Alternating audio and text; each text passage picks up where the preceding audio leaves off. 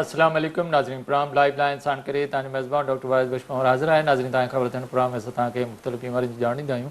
मुख़्तलिफ़ महिमान डॉक्टर असां सां गॾु हूंदा आहिनि। अॼु जेका असां ॻाल्हि ॿोल कंदासीं उहा हार्ट फेलियर बाबति ॻाल्हि ॿोल कंदा त दिलि जो तमामु हिकिड़ो वॾो कमु आहे, पर दिलि जॾहिं कमज़ोर थी वञे, पंहिंजो प्रॉपर सही तरीक़े सां कमु न करे या उहो कमु करण में फेल थी वञे त उहो छो थींदी आहे।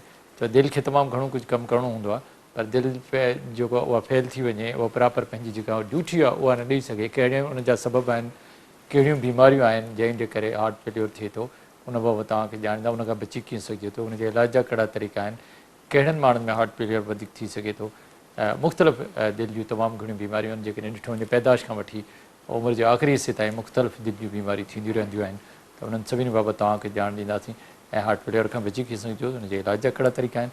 इन सिलसिले में मूंसां गॾु जो महिमान आहे उहो आहे डॉक्टर असदुल्ला सुमरो, जेके पाण कार्डियोलॉजिस्ट आहिनि। डॉक्टर साहिब खां पुछंदासीं त हार्ट फेलियर छा आहे, या उनजा सबबु कहिड़ा आहिनि, या उनखां बची कीअं सघिजे थो, पंहिंजी दिलि खे ताक़तवर कीअं बनाइजे त जीअं उहा कमज़ोर न थिए, बीमारियुनि में मुब्तला न थिए। त डॉक्टर असदुल्ला सुमरो असां सां गॾु अचे थो, हुन सां ॻाल्हि ॿोल जो सिलसिलो शुरू कयो। अस्सलाम वालेकुम। वालेकुम सलाम। वॾी महिरबानी डॉक्टर साहिबु, तव्हां असां वटि हिते आयो। डॉक्टर साहिबु, दिलि जूं बीमारियूं त तमामु घणियूं आहिनि। तव्हां ॾिसंदो त पैदाश खां वठी आख़िर जो उमिरि हिसे ताईं बीमारियूं दिलि जूं मुख़्तलिफ़ आहिनि, या अॼुकल्ह नौजवाननि में बि दिलि जूं मुख़्तलिफ़ बीमारियूं आहिनि। पर हार्ट फेलियर या दिलि पंहिंजो कमु करणु छॾे ॾिए या कमज़ोर थी वञे, उनजा सबबु छा आहिनि, इहो आहे छा?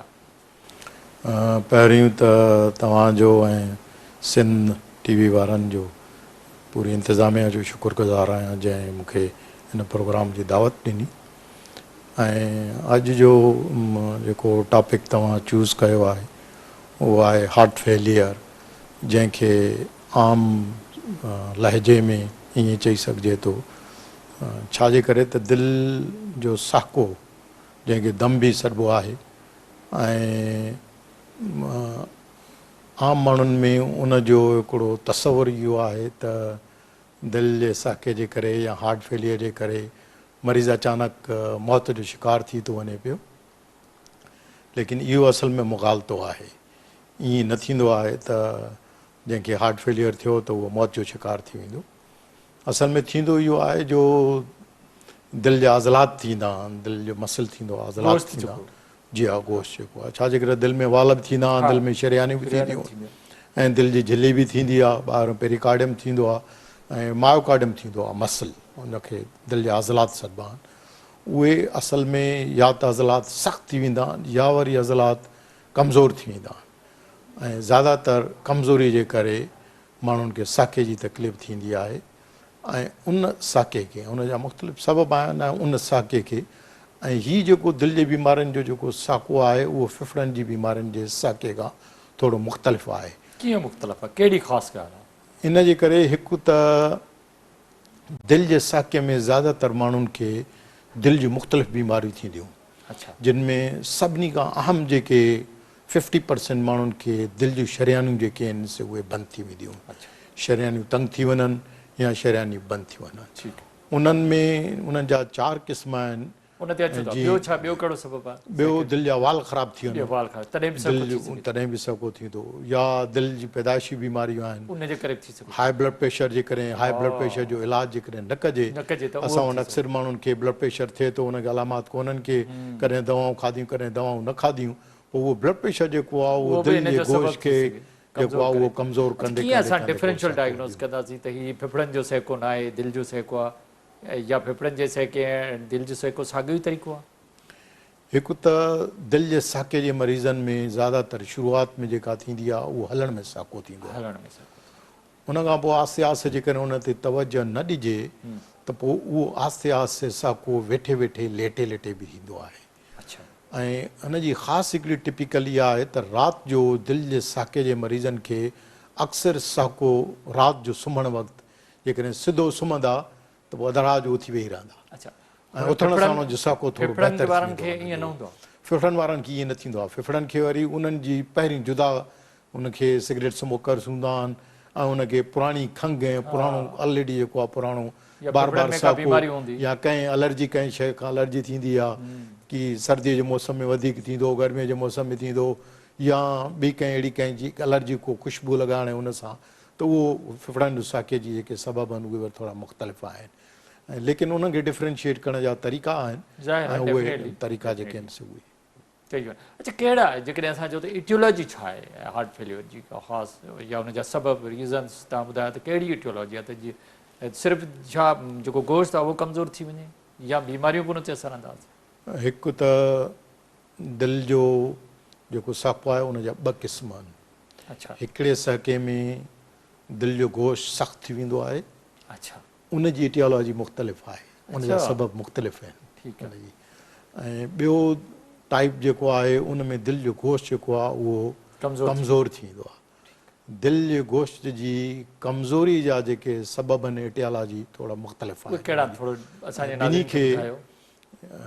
जेकॾहिं ॾिसिजे त असांजे मुल्क में ख़ासि करे दिलि जो साको जेको आहे उहो नौजवाननि में थिए थो ऐं ज़्यादातर उन्हनि मरीज़नि में थिए थो जिन खे दिलि जो गोश्त जेको आहे, दिलि जा अज़लात जेके आहिनि उहे कमज़ोर थींदा। छो उन असां में वटि वरी हिते ॿिनि असां क़िस्मनि जा असांजे हिन साउथ एशिया में मोस्टली दिलि जा जेके गोश्त आहे उहो कमज़ोर थी थो वञे, हार्ट घटि थो थिए। न हार्ट जेको जेको सख़्तु थींदो आहे उहो ज़्यादातर उमिरि रसीदा माण्हुनि में अच्छा, थींदो उमिरि आहे, नौजवाननि में ओल्ड नथी एज थिए। वारनि में।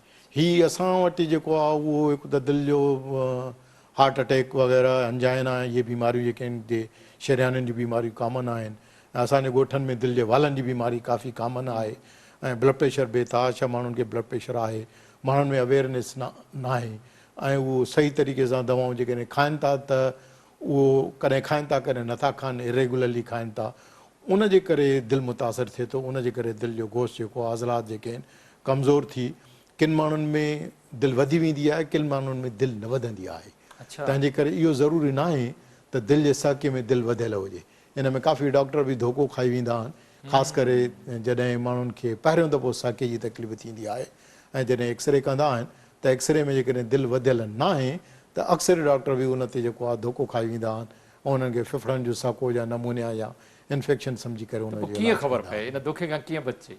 हिकु त मरीज़ जी एग्ज़ामिनेशन हा सही तरीक़े सां मरीज़ खे एग्ज़ामिन करे या हिस्ट्री ऐं ज़्यादातर माण्हुनि में हिस्ट्री ऐं मरीज़ जी एग्ज़ामिनेशन मां 90% डायग्नोसिस मरीज़ जी तशख़ीस ऐं उन सां थी वेंदो आहे। ऐं उन खां पोइ जेके ब्लड टेस्ट वग़ैरह का कंदा ख़ासि आहिनि इन्वेस्टिगेशन आहे? इकोकार्डियोग्राम, ख़ासि करे हार्ट जो जेको इकोकार्डियोग्राम आहे उहो हार्ट फेलियर में गोल्ड स्टैंडर्ड आहे। अच्छा, उन में अची वेंदियूं उन सभु शयूं। में इहा ख़बर पहिरीं इहा ख़बर पवंदी त दिलि जो गोश्त जेको आहे, दिलि जो साको दिलि जे गोश्त जी सख़्तीअ जे करे थियो आहे या दिलि जी गोश्त जी कमज़ोरी जे अच्छा, करे अहिड़ो थियो को आहे। डॉक्टर असदुल्ला तरीक़ो आहे या अहिड़ी का दवा आहे या अहिड़ो को वर्ज़िश आहे या अहिड़ी का शइ आहे त असांजे दिलि जा जेको गोश्त आहे उहो कमज़ोर न थिए, हमेशह ताक़तवर रहे? का अहिड़ी ग़ज़ा, का अहिड़ी दवा, कुझु आहे को अहिड़ो तरीक़ो? न ग़िज़ा त एज़ सच काई अहिड़ी या ॿियो को अहिड़ो तरीक़ो न आहे त उनजी अलबत्ता इहो आहे त जिन माण्हुनि खे सपोज़ कयो जिन माण्हुनि खे दिलि जे दौरे जा अलामात थियनि था या दिलि जी शरियाननि में ब्लॉकेज अचे थी, उहे जेकॾहिं पंहिंजे इलाज में कोताही कनि था या देरि कनि था त पोइ कॾहिं कॾहिं उन दिलि जे हार्ट अटैक जे करे जेको दिलि जो साको थिए थो उनजो प्रोग्नोसिस कॾहिं कॾहिं कैंसर खां बि, माना कैंसर में बि अञा माण्हू खे जेको आहे उहो घणे अरसे ताईं ज़िंदा रही सघे थो, पर हार्ट अटैक जे करे जेकॾहिं हार्ट फेलियर थिए ऐं दिलि जो गोश्त कमज़ोर थिए, ब्लड प्रेशर घटिजी वञे, कार्डियोजेनिक शॉक न हुन खे छॾींदा आहियूं, पोइ हुन में मोर्टेलिटी 80% जेका उहा थींदी आहे, तंहिंजे करे हुन में मौत जी जेका आहे शरह जेका उहा तमामु घणी आहे। अच्छा, हार्ट अटैक जा हाणे एंजाइना, बचण जो हा मां चवां थो हार्ट अटैक या एंजाइना बि हार्ट फेलियर ॾे वठी वेंदी आहे? बिल्कुलु। पहिरीं बि मूं मैंशन कयो त हिन जी दिलि जे शरियाननि जे करे जेको साको थिए थो उन जा 4 सबब आहिनि। कहिड़ा? हिकिड़ो त उहे माण्हू जिन खे अक्यूट हार्ट अटैक थिए, ठीकु आहे, पहिरियों दफ़ो दिलि जो दौरो थिए ऐं दिलि जो साको थिए, ॿई थियनि। ॿिया माण्हू उहे हूंदा आहिनि जिन खे पुराणो हार्ट अटैक थींदो आहे ऐं पुराणे हार्ट अटैक खां पोइ उन्हनि खे सिम्टम्स न हूंदा आहिनि, उहे स्टेज बी हार्ट फेलियर उनखे सॾिबो आहे। ऐं जॾहिं उनखे अलामात थींदा आहिनि, सिम्टम थींदा आहिनि, स्टेज सी हार्ट फेलियर ॿियो इहो नमूनो आहे। टियों नमूनो उहो आहे जिन खे न त अक्यूट हार्ट अटैक थींदो आहे न पुराणो हार्ट अटैक थींदो आहे, उन्हनि खे अंजाइना जा सिम्टम्स थींदा आहिनि। अच्छा, अंजाइना जा सिम्टम्स हार्ट अटैक जे सिम्टम्स खां थोरा मुख़्तलिफ़ आहिनि उन में।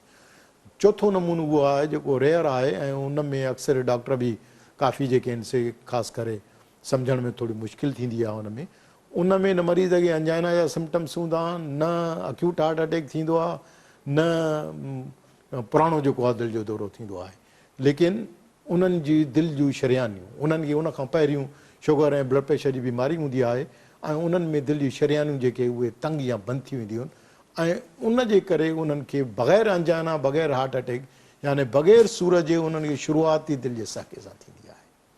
इहो चोथों नमूनो आहे अच्छा जेको रेयर आहे, उहा घटि माण्हू उनखे जेको आहे सो तशख़ीस जेसि ताईं की को हार्ट फेलियर जो स्पेशलिस्ट हुजे जेको सही तरीक़े सां मरीज़ जी प्रॉपर हिस्ट्री वठी ऐं उनखे सम्झी सघे। हिते छा हार्ट फेलियर जी के स्टेजिस बि आहिनि? बिल्कुलु, हार्ट फेलियर जूं 4 स्टेजिस आहिनि। कहिड़ियूं?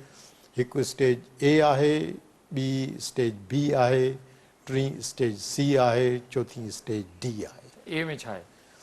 स्टेज ए ऐं बी इहे 2 अहिड़ियूं स्टेजिस आहिनि जिन में अञा मरीज़ खे दिलि जे साके जूं अलामात माना साको वग़ैरह न थींदो आहे। पहिरियों त सोज खंघि इहे शयूं न थींदियूं आहिनि, माना मरीज़ खे अलामात न हूंदा आहिनि। मरीज़ खे तकलीफ़ हूंदी आहे, जीअं हाणे कंहिं को पुराणो हार्ट अटैक थियो या दिलि जा वाल ख़राब, सूर हूंदो, ब्लड प्रेशर हूंदो, छा हिकु हिकु 1 बाय स्टेप मां ए में पियो अचां, ए ऐं बी। स्टेज ए जेका आहे उन में दिलि में का स्ट्रक्चरल डिफेक्ट न थींदो आहे। ठीकु आहे। उन में रिस्क फैक्टर्स ईंदा आहिनि, जीअं हाणे कंहिंखे डायबिटीज़ आहे, कंहिंखे हाई ब्लड प्रेशर आहे, को माण्हू शराब नोशी थो करे या नशियावर दवाऊं थो इस्तेमालु करे,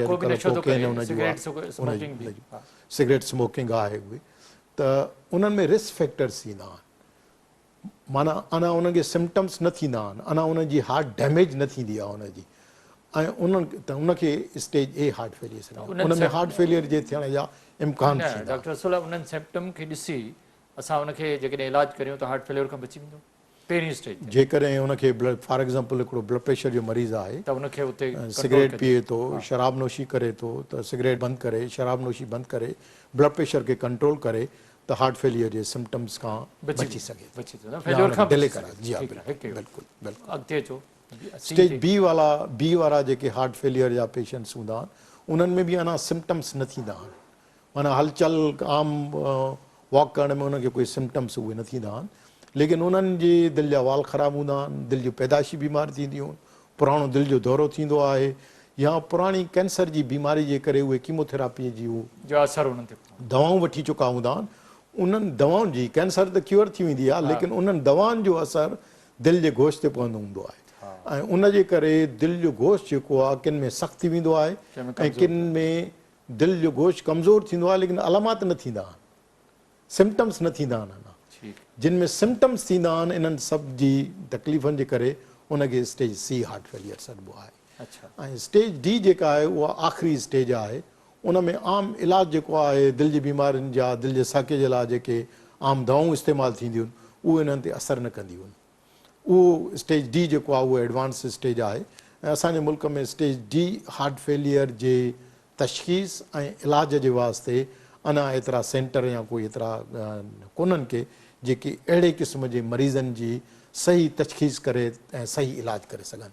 तंहिंजे करे स्टेज सी ऐं स्टेज डी में अक्सर डॉक्टरनि खे पाण डायग्नोस करण में थोरी मुश्किलात थींदी आहे। कहिड़ियूं इन्वेस्टिगेशन कजनि त जीअं असांजी दिलि कमज़ोर पई थिए या सख़्तु पियो थिए गोश्त, कहिड़ियूं इन्वेस्टिगेशन स्टार्ट कजनि, कीअं शुरूआति कजे? सभ खां पहिरियों त इन्वेस्टिगेशन्स करण खां पोइ पहिरियों मरीज़ जी हिस्ट्री ऐं फिज़िकल एग्ज़ामिनेशन तमामु इम्पॉर्टेंट आहे, ऐं सिर्फ़ु इन्वेस्टिगेशन जे आसिरे ते न रहिजे कॾहिं बि। इन्वेस्टिगेशन्स ज़रूरु उन में हेल्प कंदियूं जेको मां ॿुधायां थो तव्हांखे, पर इन्वेस्टिगेशन्स खां पहिरियों मरीज़ खे सुठे तरीक़े सां उनजी हिस्ट्री ऐं उनजो थारो फिज़िकल एग्ज़ामिनेशन ज़रूरी आहे।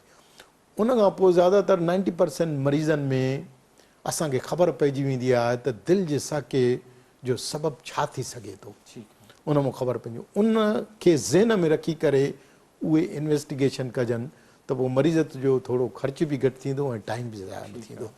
इन्वेस्टिगेशन में बेसिक इन्वेस्टिगेशन पहिरियों ब्लड जूं कुझु टेस्टियूं वग़ैरह कबियूं आहिनि, रूटीन जी ब्लड CP ऐं किडनी फंक्शन, लिवर फंक्शन उहे खां ज़रूरु कबियूं आहिनि। उन्हनि में शुगर जी टेस्ट आहे उहो, लेकिन जेका ख़ासि टेस्ट जिन मां दिलि जे साके जी ख़ासि ख़बर पवंदी आहे उहो बायोकेमिकल मार्कर्स थींदा आहिनि, ट्रोपोनिन ऐं प्रो BNP या BNP, उन्हनि मां ख़बर पइजी वेंदी आहे त हाणे हिन जो दिलि जो ये जेको साके जी तकलीफ़ आहे उहा तक़रीबन 90% सही आहे। या 100%? न ट्रोपोनिन उन्हनि मरीज़नि में फ़ाइदेमंद हूंदी आहे जिन खे हार्ट अटैक सां गॾु हार्ट फेलियर थियो हुजे ऐं कॾहिं कॾहिं ECG में ख़बर न पवंदी आहे अच्छा, ECG में बि ख़बर नथी पई सघे? ECG में बि घणी शयूं जेके ECG में ख़बर पवंदियूं आहिनि इहे पर ब्लड कुझु टेस्ट रहिजी करण खां पोइ ECG कबी आहे अच्छा। ऐं ECG मां इहा ख़बर पवंदी आहे त मरीज़ खे अक्यूट हार्ट अटैक थियो आहे पहिरियों त पोइ शदीद दौरो थियो आहे सही आहे। ऐं उन शदीद अक्यूट हार्ट अटैक जे करे जेकॾहिं अक्यूट हार्ट फेलियर आहे त उन्हनि में ज़्यादातर टई शरियानियूं दिलि जूं शरियानियूं बंदि थींदियूं आहिनि नॉर्मल जिन खे हार्ट अटैक थींदो आहे त उन में अक्सर जेको ECG के उन खां पोइ का टेस्ट करे सघिजे थी? ECG खां पोइ इकोकार्डियोग्राम जेको आहे उहो गोल्ड स्टैंडर्ड आहे अच्छा। इकोकार्डियोग्राम मां हिकु त इहा ख़बर पवंदी त दिलि वधी आहे या न ठीकु आहे। ॿियो इहा ख़बर पवंदी त दिलि जो साको जेको आहे उहो दिलि जे गोश्त जी सख़्तीअ जे करे थियो आहे ऐं उन जा सबब मुख़्तलिफ़ आहिनि ऐं टियों इहा ख़बर पवंदी त दिलि जो गोश्त उहो कमज़ोर त न थियो आहे दिलि जो गोश्त जेकॾहिं कमज़ोर थियो आहे त उन जा सबब बि मुख़्तलिफ़ आहिनि उन जो इलाज बि मुख़्तलिफ़ आहे ऐं उन खां अलावा दिलि जा वाल जेके आहिनि जेकॾहिं दिलि जा वाल छाजे करे ख़राबु आहिनि पैदाइशी तौर ते ख़राबु आहिनि या उमिरि जे लिहाज़ खां जेके आहिनि से वाल सख़्ती आहिनि या वाल लीक था कनि या किन किन में ॿई सख़्तु बि थी वेंदा आहिनि वाल ऐं वाल लीक बि कंदा आहिनि उन्हनि में ऐं या दिलि जूं पैदाइशी बीमारियूं आहिनि उनजे दिलि जे पैदाइशी बीमारियुनि जे बारे में अलावा का टेस्ट आहे या बसि हिते ताईं डायग्नोस थी अञा बि का टेस्ट न के कुझु ॿियूं बि अहिड़ियूं स्पेशलाइज़ टेस्टियूं आहिनि करे सघजनि जॾहिं उहे ख़ासि करे जॾहिं कार्डियक MRI आहे या जेकॾहिं दिलि जी शरियानियुनि जो कार्डियक MRI उन्हनि मरीज़नि को बि आहे त जेकॾहिं दिलि जा अज़लात ख़ासि करे वायरसिस जे करे जेकॾहिं उन मां ख़बर पवंदी त उनजी MRI खां अलावा अञा का टेस्ट एंजियोग्राफी वग़ैरह करे दिलि जी शरियानियुनि जो ॾिसबो आहे त दिलि जी जेको साको आहे उहो दिलि जे शरियानियुनि जी बीमारीअ जे करे आहे या बग़ैर शरियानियुनि इस्केमिक कार्डियोमायोपैथी आहे या नॉन इस्केमिक कार्डियोमायोपैथी सभु इन्वेस्टिगेशन करण खां पोइ इलाज शुरू कंदो बिल्कुलु डेफिनेटली जेको बि इलाज एंजियोग्राफी जिन माण्हुनि में उहो एंजियोग्राफी छाजे करे त एंजियोग्राफी जी ज़रूरत इन करे ज़रूरी आहे जो जेकॾहिं उन एंजियोग्राफी में शरियानियूं बंदि आहिनि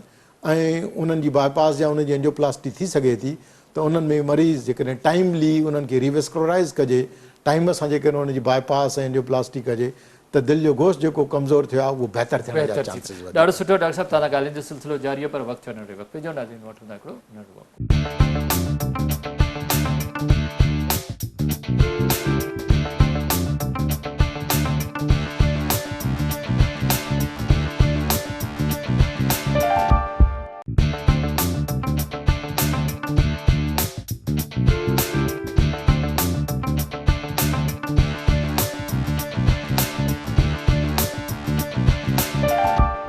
वेलकम बैक नाज़रीन अचो पंहिंजो ॻाल्हाइण जो सिलसिलो ॿीहर पंहिंजे महिमान सां शुरू कयूं दादा तव्हां ॾाढी सुठी असांखे ॼाणनी त हार्ट फेलियर छा आहे उनजी इन्वेस्टिगेशन छा आहिनि इलाज जा तरीक़ा कहिड़ा आहिनि हार्ट फेलियर जा इलाज जा कहिड़ा कहिड़ा तरीक़ा आहिनि ॿुधायो किथां शुरू कनि दवाउनि जे ज़रिए हार्ट फेलियर ठीकु थी सघे थो इहो ॾाढो इम्पॉर्टेंट सुवालु आहे हिकिड़े लिहाज़ खां हर मरीज़ इहो ई चाहींदो हा ऐं लेकिन इलाज खां पहिरियों हिकिड़ी शइ डिटरमिन करणु ज़रूरी आहे त कहिड़े क़िस्म जो हार्ट फेलियर आहे उहो त इन्वेस्टिगेशन सभु करण खां पोइ डिसाइड कयो त हाणे हीउ हार्ट फेलियर आहे हुनजो हीउ इलाज आहे दवाउनि जे ज़रिए ठीकु थी सघे जेकॾहिं मरीज़ खे अक्यूट डिकम्पनसेटेड हार्ट फेलियर आहे ठीकु आहे त उन अक्यूट डिकम्पनसेटेड हार्ट फेलियर में यूजुअली मरीज़ खे अस्पताल में दाख़िल करण जी ज़रूरत पवंदी सही आहे हिकिड़ो नंबर 1 इहो ऐं ॿियो उन वक़्तु मरीज़नि में छाजे करे त उन्हनि में यूजुअली जिस्म में पाणी जमा थींदो आहे पाणीअ जी वात थी वेंदी आहे जंहिंजे करे जिस्म ते सोज ऐं फिफड़नि में पाणी अची वेंदो आहे छो थींदी आहे इन जो को सबब बि ख़बर आहे उहो इन जे करे जो गुर्दा करे गुर्दा मरीज़नि जा कमु घटि कंदा आहिनि या दिलि जो जेको गोश्त उहो कमज़ोर थींदो आहे उन कमज़ोरी जे करे बॉडी में अहिड़ियूं हार्मोनल चेंजिस ईंदियूं आहिनि जंहिंजे करे उन्हनि में बॉडीअ में जिस्म में आवाज़ ईंदी आहे ऐं जेकॾहिं त पोइ असां अहिड़नि मरीज़नि में जी छाजे करे उन्हनि में अचानक वज़न वधी वेंदो आहे ऐं उहो वज़न जो सबबु जेको हूंदो आहे उहो चर्बी न हूंदो आहे उहो पाणी हूंदो आहे त इन करे ओथणसिटी मरीज़ जो वज़न पहिरियों करे इस्टाब्लिश कबो आहे त हिनखे केतिरो वज़न आहे उन वज़न जे लिहाज़ खां उन जो इलाजु अहिड़े तरीक़े सां कबो आहे ऐं उन इलाज खे मॉनिटर जेको आहे उहो कबो आहे ॿियो उहे मरीज़ हूंदा आहिनि जिन खे न इहे के मरीज़ आहिनि भई इहे दवाउनि जे ज़रिए ठीकु थी सघनि था? बिल्कुलु ठीकु थी सघनि था अच्छा, उन्हनि में दवाउनि दवाउनि ॾींदा त में पाणी बि बिल्कुलु हुनजो निकिरी वेंदो? बिल्कुलु बिल्कुलु दवाउनि जे ज़रिए ऐं दवाऊं उहे अहिड़ी सिचुएशन में सिर्फ़ु दवा ई इलाजु आहे। ओके, अचो अॻिते अचो। मुख़्तलिफ़ क़िस्मनि जूं ठीकु दवाऊं आहे, आहिनि, ठीकु आहे। उहे दवाऊं मरीज़नि खे इस्तेमालु करण सां गॾु मरीज़ जेको आहे उहो ठीकु थी वेंदो आहे। बिल्कुलु घणा मरीज़ केतिरा मरीज़ तंदुरुस्त थी वरी कई सालनि ताईं। पर हुन में इहो आहे त पहिरियां 30 ॾींहं इहो हिकिड़ो तमामु इम्पॉर्टेंट आहे त पहिरियां 30 ॾींहं अक्सर असां वटि इस्पतालुनि में एतिरी रश आहे जो उहे इन क़िस्म जा मरीज़ जेके इस्पताल खां डिस्चार्ज था थियनि, हफ़्ते खनि में डिस्चार्ज थी वेंदा आहिनि? जॾहिं जे डिस्चार्ज ठीकु थी थींदा, वञनि था त पोइ डॉक्टर खे ॾिसण जो टाइम या क्लिनिक या अस्पताल में ॾिसण जो टाइम हुनखे 2-2, 3-3, 4-4, 6-6 महीननि जो टाइम थो मिले। त हाणे इहो जेको वल्नरेबल फेस आहे शुरूआति जा 30 ॾींहं, 30 ॾींहं छो? इहे 30 ॾींहं इन जे करे जो इन्हनि 30 ॾींहंनि जे अंदरि जेको आहे मरीज़ खे वरी ॿीहर साके जी तकलीफ़ थियण जा चांसिस थींदा आहिनि, जंहिंखे असां वल्नरेबल फेस या वल्नरेबल पीरियड्स ॾींदा माना आहियूं। विदिन 30 डेज़ इनखे वरी बि चेक करणु घुरिजे। इन जी तंहिंजे करे असां अहिड़नि मरीज़नि खे जॾहिं इस्पताल खां डिस्चार्ज कबो आहे त हुनखे ॿीहर, छाजे करे त इस्पताल में दाख़िल थियण जे करे ख़र्चु वधंदो आहे। तंहिंजे करे बार बार इस्पतालनि जे ख़र्च खां बचाइण जे लाइ अहिड़े क़िस्म जूं स्पेशलाइज़ क्लिनिक जेके आहिनि, हार्ट फेलियर प्रोग्राम जे हवाले सां अहिड़ियूं क्लिनिक्स थींदियूं आहिनि। जीअं हाणे पोस्ट डिस्चार्ज क्लिनिक थींदी आहे त उहे मरीज़ जेके इस्पताल खां डिस्चार्ज थियनि त उहे हफ़्ते खां 10 ॾींहंनि जे अंदरि पोस्ट डिस्चार्ज क्लिनिक में जी ताकी हुनखे रीअसेस कजे त दवाऊं जेके दवा इन खां पोइ ॿियो कहिड़ो तरीक़ो इलाज जो?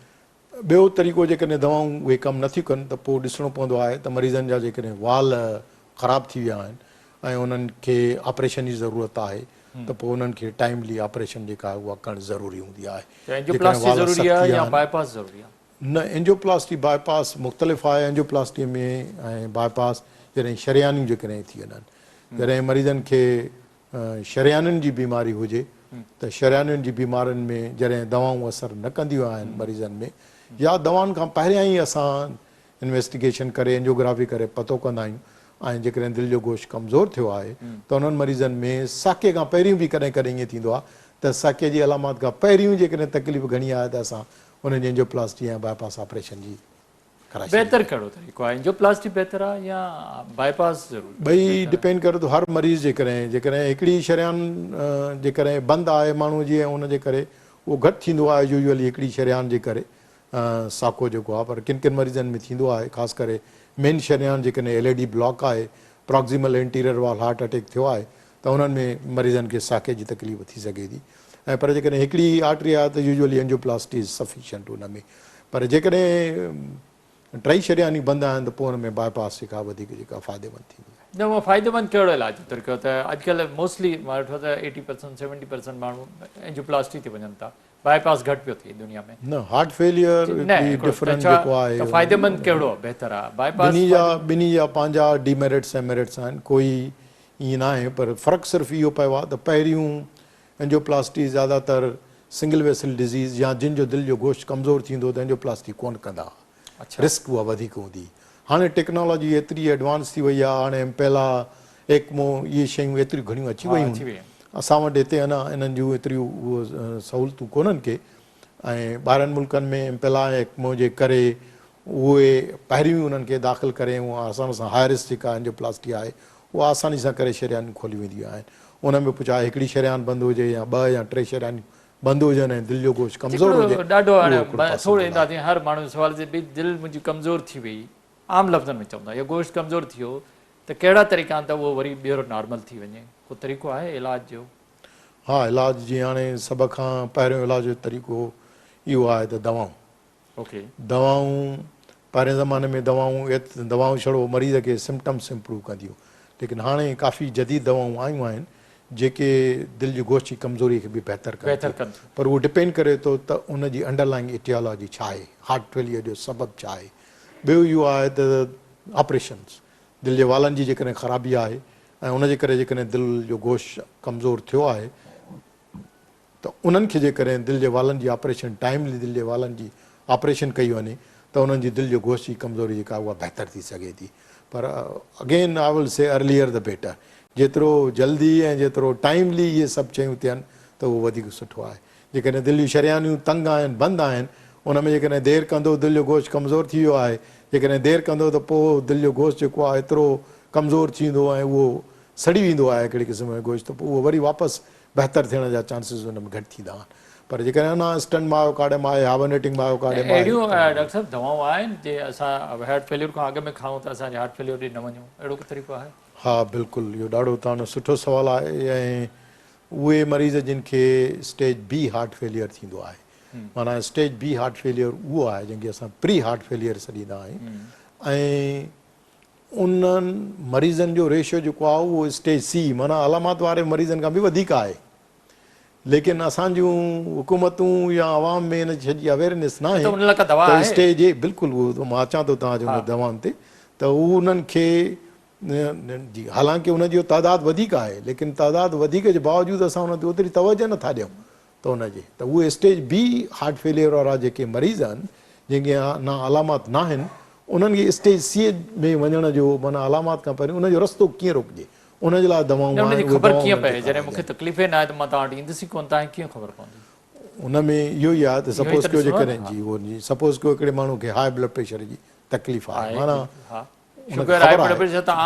ब्लड प्रेशर आम आहे हुनजी, उन खां पोइ असां ब्लड टेस्ट करे ऐं एको आहे ECG उहे करे ॾिसंदा आहियूं त मरीज़ खे अलामत न आहिनि, लेकिन उन एको में हार्ट जो गोश्त कमज़ोर थी वियो आहे, हार्ट जो गोश्त सख़्तु थी वियो आहे। ठीकु आहे, हिकिड़ो त दवाउनि जे ज़रिए पोइ उनखे बहितर, ॿियो मुख़्तलिफ़ डिवाइस लॻाईंदा आहिनि, बैटरीज़ लॻाईंदा आहिनि, उन सां छा दिलि जो गोश्त मज़बूत थींदो आहे छा?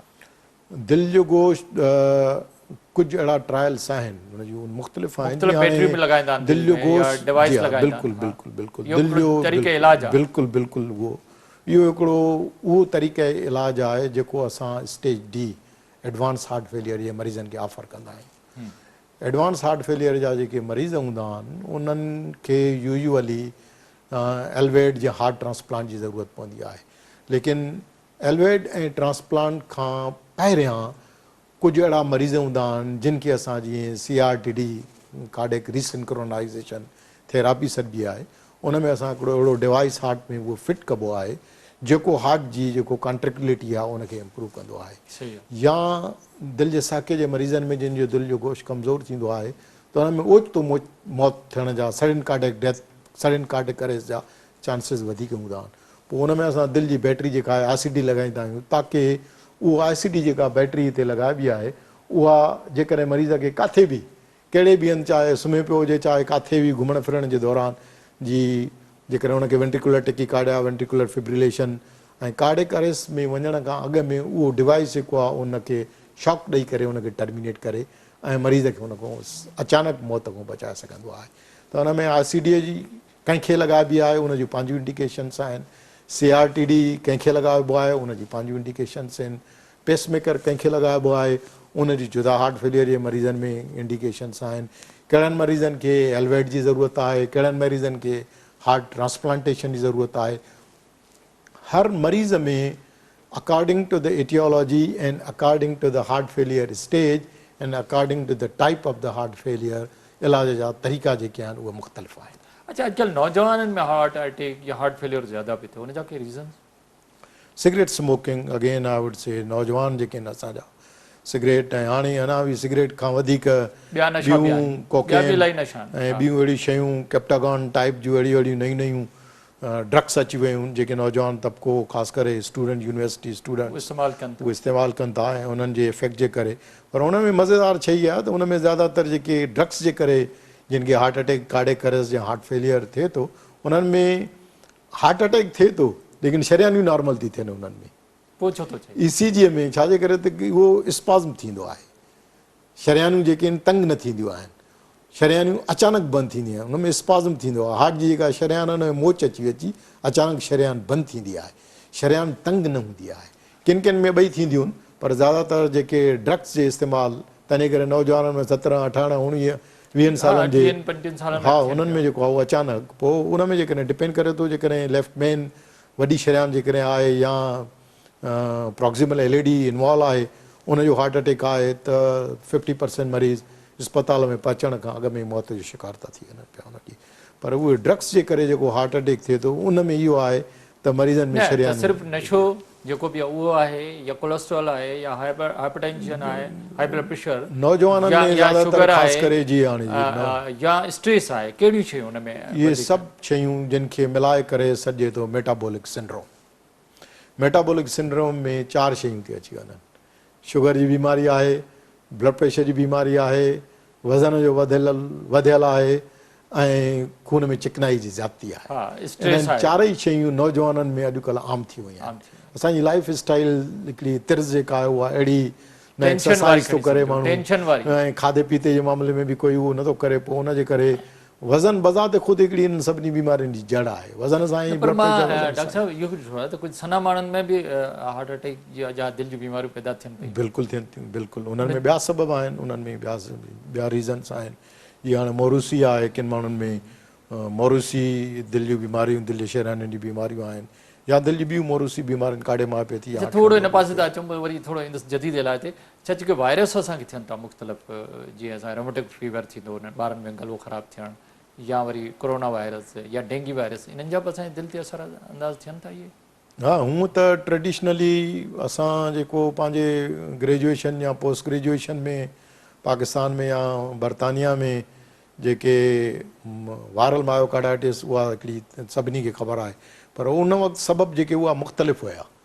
लेकिन हाणे हीउ जेको जंहिंखे मां चवंदो आहियां त न्यू टॉय इन टाउन, हा, इहे 2 शयूं नयूं जेके असांजे इन में आयूं आहिनि मुआशिरे में अची वियूं आहिनि। 5-7 सालनि जे अंदरि जेके आहिनि, उन में हिकिड़ो त कोरोना ऐं डेंगी। कोरोना ऐं डेंगी। कोरोना बि हिकिड़ो वायरस आहे, उहो वायरस दिलि ते हमलावर थींदो आहे, ऐं जेकॾहिं दिलि ते हमलावर थिए थो त उन में मोर्टेलिटी उहो वरी 2 क़िस्मनि जो। हिकिड़ो त उहो जिन में पहिरीं मरीज़नि खे का सिहतमंद हूंदा आहिनि, उन्हनि खे दिलि जी का तकलीफ़ न हूंदी आहे, उन्हनि ते कोरोना हमलावर थी करे ऐं पहिरियों दफ़ो दिलि जी कोरोना मायोकार्डाइटिस कंदो आहे उन में। या वरी उहे जेके दिलि जा पुराणा मरीज़ आहिनि, उन्हनि खे बि मुतासिर उन्हनि दिलि जे पुराणे मरीज़नि में, ख़ासि करे जेके दिलि जे साके जा पुराणा मरीज़ आहिनि, जंहिंजो पहिरियों ई दिलि जो गोश्त कमज़ोर आहे, उन्हनि खे जेकॾहिं कोरोना थिए थो त पोइ उन्हनि में बि मोर्टेलिटी जेका आहे उहा वधीक थिए थी। हाणे वरी डेंगी नओं मार्केट में आयो आहे।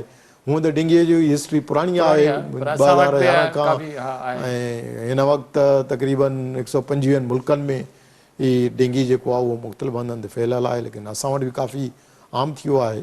ऐं डेंगी जो वायरस जेको आहे इहो बि 2 क़िस्म जो आहे। बिल्कुलु बिल्कुलु। डेंगीअ जो वायरस जेको आहे इहो बि 2 तरीक़नि सां दिलि खे मुतासिर करे थो। हिकु त अक्यूट फेस में, जंहिंखे प्राइमरी डेंगी मायोकार्डाइटिस सॾिजे थो, ऐं उन में वरी इहो आहे त दिलि अञा वधंदी न आहे। ऐं ॿिया वरी अहिड़ा मरीज़ आहिनि जंहिंखे डेंगी ऑलरेडी पहिरियों थी चुको आहे, जिन खे डेंगी पहिरियों ऑलरेडी थी चुको आहे, ऐं उन्हनि खे डेंगी दिलि खे डैमेज कयो आहे, दिलि खे सोज़िश कई आहे, लेकिन मरीज़नि में उन वक़्तु अलामात न हूंदा आहिनि। ऐं पोइ वरी अचानक उन्हनि में मरीज़नि में अलामात जेके थींदा आहिनि, ऐं जॾहिं दिलि जे साके जा अलामात थींदा आहिनि त पोइ ख़बर पवंदी आहे त मरीज़ खे पहिरियों डेंगीअ खां शिकार थियो, पोइ असां बि उन्हनि सां गॾु शयूं रूल आउट कंदा आहियूं। त अच्छा, हिन वक़्तु जदीद कहिड़ा साइंसी सुठा दिलि जे बीमारियुनि जा इलाज आहिनि जदीद हिन वक़्तु सॼी दुनिया में? हिन वक़्तु वॾे में वॾो जेको कमु हले थो हाणे, ऐं जंहिंखे चइजे त value based heart failure care जेका आहे, इहो हिकिड़ो, ऐं multi disciplinary heart failure clinic and network उहो दुनिया में आहिनि। बिल्कुलु। ऐं असां वटि अञा ताईं इन्हनि शयुनि जी कमी आहे, अहिड़ियूं क़िस्म जूं स्पेशलाइज़ क्लिनिक्स हुअणु घुरिजनि। ऐं ॿियो इहो आहे त multi disciplinary heart failure programme, उन में ही हिकिड़ो नक्शो मां तव्हांखे नाज़रीन जे लाइ ॾेखारे सघां थो त ही मल्टी डिसिप्लिनरी प्रोग्राम आहे जंहिंजा 4 कंपोनेंट्स आहिनि। जीअं हाणे out patient heart failure services आहिनि, जेके मरीज़ दिलि जे क्लिनिक में अचनि था, उन्हनि जूं वरी मुख़्तलिफ़ क्लिनिक्स थींदियूं आहिनि, मुख़्तलिफ़ मर्ज़नि जे लाइ मुख़्तलिफ़ उन्हनि जूं स्पेशलाइज़ क्लिनिक्स थींदियूं आहिनि। त हीअ हिकिड़ी आउट पेशेंट सर्विसिस थींदी आहे। ॿियो वरी जिन मरीज़नि खे दाख़िले जी ज़रूरत पवंदी आहे, अक्यूट डिकम्पनसेटेड हार्ट फेलियर आहे या एडवांस हार्ट फेलियर आहे, त पोइ उन्हनि में बार बार अस्पताल में दाख़िल थियण जी ज़रूरत पवंदी आहे, त उनखे इन पेशेंट हार्ट फेलियर केयर सॾिबो आहे। टियों थींदो आहे उहे मरीज़ जेके जिन में अञा अलामात एॾा घणा न थींदा आहिनि, अञा शुरूआति थींदी आहे, त पोइ ज़्यादातर फैमिली फिज़िशियन्स ऐं ॿियनि डॉक्टरनि ॾे वेंदा आहिनि, ऐं उनखे सॾिबो आहे कम्यूनिटी हार्ट फेलियर। ऐं चोथों जेको थींदो आहे उहो आहे एमरजेंसी हार्ट फेलियर, त जिन खे जेकॾहिं दिलि जे साके जा शदीद अलामात थियनि था त पोइ उन्हनि खे ॿियो को रस्तो ई न हूंदो आहे सवाइ उनजो जो इमरजेंसी में वञनि। त हाणे इन्हनि चइनिनि खे मिलाए करे ही हिकिड़ो मॉडल आहे हार्ट फेलियर प्रोग्राम जो मॉडल आहे ऐं हिन जा मुख़्तलिफ़ जेके आहिनि से उहे आहिनि। ठीकु आहे, ज़बरदस्त ज़बरदस्त। माना जदीद तरीक़े में सिर्फ़ु हार्ट ट्रांसप्लांट आहे बसि? न, जदीद ट्रांसप्लांट छाजे करे त ट्रांसप्लांट त वरी हिकिड़ी वॾी शइ आहे ऐं ट्रांसप्लांट जो मसइलो इहो आहे त डोनर हार्ट जी अवेलेबिलिटी डोनर हार्ट न आहिनि। हाणे वरी एलिवेटेड आहे हिकिड़ा डिवाइसिस अची न एंजियोप्लास्टी इन जे हुन में ज़मरे में उहे नथा अचनि हुनजे एंजियोप्लास्टी ऐं बाईपास इहे पुराणी शयूं थियूं आहिनि। हाणे नई हुन में इहो आहे त नंबर 1 हिकिड़ो त इहो आहे त दिलि जे मरीज़नि जो जीअं मूं ॿुधायो त वैल्यू बेस्ड हार्ट फेलियर दिलि जे मरीज़नि जो ख़र्चो कीअं घटाइजे इस्पताल उन ते कमु थो हले त उन ते कमु हले। हिकिड़ो सवाल टाइम ख़तमु थी वियो आहे। जॾहिं बि तव्हां भले एंजियोप्लास्टी कयो या डिवाइसिस लॻायो या बाईपास कयो या जेको बि तरीक़ो आहे पर दवाऊं उनखे हमेशह उहो मरीज़ खाईंदो रहे इन जो सबबु छा आहे? मरीज़ चवंदा भई असां महीनो ॾेढ 2 महीना दवा खाई छॾे ॾियूं? हा न, दवा हमेशह खाईंदो रहंदो ज़िंदगी भर। ओवरऑल जेके बि दिलि जूं बीमारियूं आहिनि उन्हनि में कोई क्योर कोन्हे को। हार्ट फेलियर जे हवाले सां इहो आहे त जिन खे बि हिकिड़ो दफ़ो हार्ट फेलियर थिए थो चाहे उहो दिलि जी गोश्त जी कमज़ोरी चाहे दिलि जी जेको बि थिए उन्हनि खे हमेशह दवाऊं खाइणी पवंदी। दवा जेकॾहिं बंदि कंदो त पोइ बार बार डॉक्टरनि जा चकर एमरजेंसी जा चकर इस्पतालनि जा चकर काटणा पवंदा। उनजे करे क्वालिटी ऑफ लाइफ अफेक्ट थींदी। उनजे करे अक्सर वरी जेके प्राइवेट कंपनियूं आहिनि उहे ॾिसंदा त मरीज़ हाणे बार बार इस्पतालनि जा चकर थो काटे पोइ बेरोज़गार बि थींदो। उनजे करे माण्हू काफ़ी बेरोज़गार मतिलबु तव्हांजो आहे त जेके बि डॉक्टर जी एडवाइस जे मुताबिक़ दवाऊं उन में ज़िंदगी भर खाइणु दवाऊं हमेशह जे लाइ। डॉक्टर असदुल्ला मैसेज पैगाम पंहिंजे माण्हुनि लाइ? मैसेज इहो आहे त दिलि जो साको जेको आहे उन जूं मुख़्तलिफ़ स्टेजिस खे ज़हन में रखी करे जेको एसिम्प्टोमेटिक हार्ट फेलियर माना जिन में अञा साके जी तकलीफ़ न थी आहे उन्हनि में 2 अहम शयूं आहिनि जेके कॉमन आहिनि। हिकिड़ो ब्लड प्रेशर, ॿियो दिलि जी शरियानी। ब्लड प्रेशर खे कंट्रोल कयो, उन जूं दवाऊं न छॾियो, चेक कराईंदा रहो पंहिंजो घर में चेक कयो चाहे डॉक्टर को चेक करायो। ब्लड प्रेशर तव्हांजो दवाउनि ते इहो सिर्फ़ु न आहे त ब्लड प्रेशर जी दवा तव्हां खाधी आहे, न, ब्लड प्रेशर जी दवा खाई ऐं ब्लड प्रेशर कंट्रोल थियणु खपे। जेकॾहिं दिलि जे शरियाननि जी पुराणो जेकॾहिं हार्ट अटैक थियल आहे या दिलि जो गोश्त कमज़ोर थियो आहे लेकिन अलामात कोन्हनि त उन्हनि जो इलाजु जेको आहे उहो करणु ज़रूरी आहे ताकी अलामात थियण खां पहिरियों बचाए सघे। छाजे करे अलामात जॾहिं शुरू थी वियूं त पोइ वरी तकलीफ़ जेका उहा वधंदी। वॾी महिरबानी डॉक्टर असदुल्ला सूमरो तव्हां असां वटि आयो। नाज़रीन असांजे मौजूदु महिमान डॉक्टर असदुल्ला सूमरो असां सां गॾु जेको असांखे हार्ट फेलियर बाबति ॾाढी सुठी ॼाण ॾिनई त बीमारियूं जेके हार्ट फेलियर जा सबबु आहिनि उन्हनि सभिनी ते कंट्रोल करणु घुरिजे। ब्लड प्रेशर आहे, शुगर आहे या मोटापो आहे या स्ट्रेस आहे, इन्हनि सभिनी खां पासो करणु घुरिजे। ऐं डॉक्टर साहब जेके बि हिदायतूं कयूं जेकॾहिं असां उन ते अमल कयूं त असां पंहिंजी दिलि जी हिफ़ाज़त बि करे सघूं था, दिलि जी बीमारियुनि खां दिलि खे बचाए सघूं था ऐं हार्ट फेलियर खां बचाए सघूं था ऐं पंहिंजी सुठी ऐं बहितर ज़िंदगी गुज़ारे सघूं था। इन ते प्रोग्राम लाइफ लाइन जो वक़्तु पूरो थियो। पंहिंजे मेज़बान डॉक्टर वाहिद बख्श पंवर खे इजाज़त ॾींदा। अल्लाह हाफ़िज़।